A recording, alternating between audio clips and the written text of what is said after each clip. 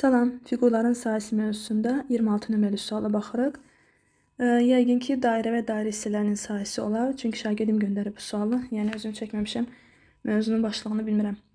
O mərkəzli konsentrik çevrelərdən birinin daxilinə onun mərkəzindən keçməklə ACD üçbucağı çəkilib. Üçbucağın tərəflərindən biri digər çevrəyə toxunur. BF göğsü 150 dərəcədir. Bura 150 dərəcə verilib.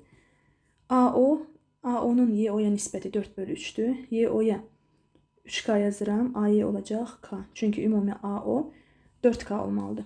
CD 8/3'dür. Bizdən halqanın sahəsini soruşur. Əvvəlcə bu K 3K'ları silirəm. Elə ki, onlar mənə lazım deyil. BF göğsündən başlayaraq. Bura 150 dərəcədir. Bura 150 dərəcədirsə, biz BY göğsünü tapa bilərik. Baxın. Burada yəni kiçik çevrə üçün, kiçik çevrədən söhbət gedir. AF mərkəzdən keçir. Bu çevrəni iki yarım çevrəyə ayırır.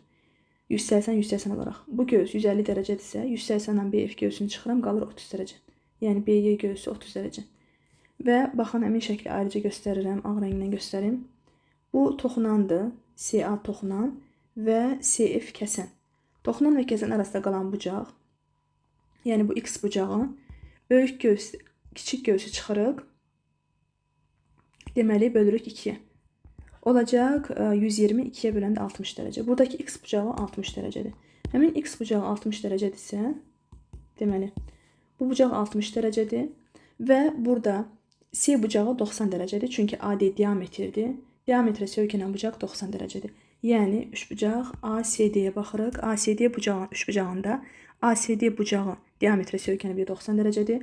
A bucağı 60 dərəcədirsə, D bucağında da qalır 30 dərəcə. İndi baxaq növbəti verilənlərə. YO 3K'dır. AO ümumi 4 olmalıdır. Deməli, bura qalır K. AO böyük çevrənin radiusudur. AO 4K'dırsa, O'dan D'yə qədər də 4K'dır. Və YO kiçik çevrənin radiusudur. Deməli, burada 3K'dır. Burada K olacaq. Və buranı bizə veriblər 8/3.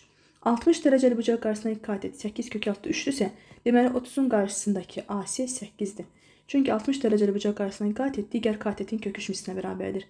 Və 30 dərəcəli bucaq qarşısına katet, yəni bu 8, hipotenuzun AD'nin yarısıdır. AD olacaq 16. AD'nin üstündə K, üstə gəl 3K, üstə gəl K, üstə gəl 3K var. Yəni bu da verir bizə 8K. 8K bərabərdir 16'ya, K olacaq 2. K 2'dirsə AO, yəni böyük çevrənin radiusu 4K'dır. 4'ü 2'yə vuranda 8 və YO kiçik çevrənin radiusu 3K'dır. 3'ü 2'yə vuranda 6. Bizdən halqanın sahəsini soruşur. S bərabərdir pi R kvadratı minus kiçik R kvadratı bərabərdir pi vurulsun 8'in kvadratı minus 6'nın kvadratı. 8'in kvadratı 64, 6'nın kvadratı 36 olacaq. 64'dən 36 çıxanda 28, pi'yə vuranda 28 pi. Həlli biraz uzun oldu, buraxılış sualı deyil. Blokda bəlkə düşər. Yəni çətin deyil əslində, sadəcə pillə, 2 pilləli iş olduğuna görə biraz həlli uzundur. İndi isə 86 nömrəli suala baxırıq. ABC düzbucaqlı üçbucağında AB BC perpendikulyardır. AD BD-yə bərabərdir. BAC bucağı 75 dərəcə. AC 20 olarsa, ştrix həm hissənin sahəsini soruşur. Əvvəlcə qaydanı yadımıza salaraq, əgər düzbucaqlı üçbucağın bucaqları 75 dərəcə və 15 dərəcədirsə, burada düzbucaq təpəsindən çəkilən hündürlük hipotenuzun 1/4 hissəsinə bərabərdir. Yəni bu şərt ödənməlidir. İndi bu hardan gəlir, onu izah etmək istəyirəm. Düzbucaqlı üçbucaq çəkirəm. Bu bucaq olsun 75 dərəcə. Yəni şəkil bu dəfə bucaqlara uyğun çəkəcəm. Digər bucaq isə 15 dərəcə. Biraz kiçik çəkim iti bucağı.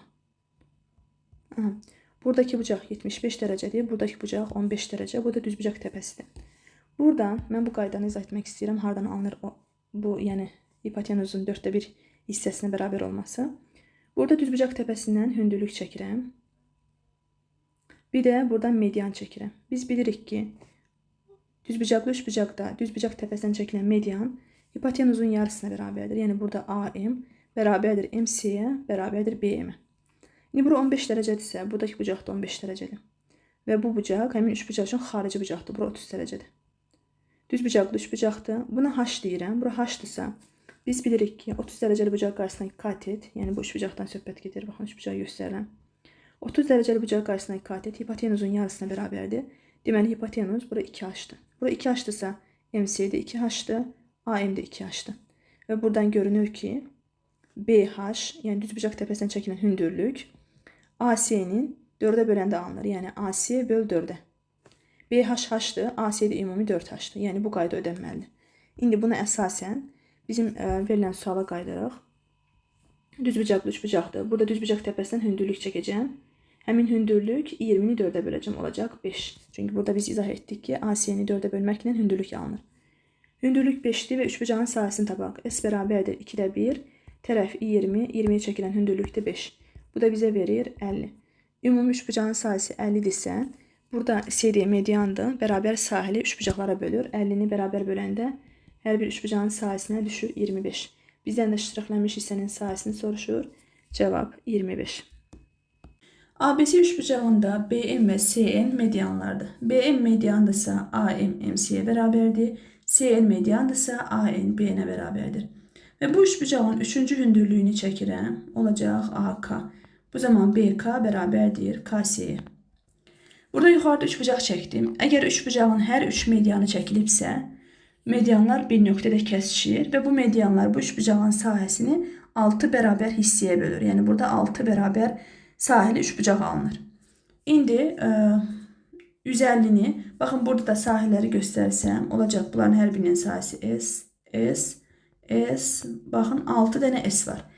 Ümumi üçbucağın sahəsini 150 kvadrat santimetr veriblər. 150-ni böləcəyik 6 yerə, olacaq neçə? 25. Bizə də ştrixlənmiş hissə lazımdır. Ştrixlənmiş hissədə, baxın, 4 dənə S var. Yəni buradan görünür. 1S, 2S, 3S, 4S var ştrixlənmiş hissədə. Deməli, 4-ü vuracağıq 1S-in sahəsinə, yəni 25-ə. Cavab 100 kvadrat santimetr D variantı. 87 nömrəli sualda düzbucaqlı üçbucaq verilib. AD parçası BAC-nin tənbüləndir. Yəni, buradakı bucaqlar bərabərdir. AB BC-yə perpendikulyardır. BD 6. AC 12 olarsa, bizdən ştrixlənmiş hissənin sahəsini soruşur.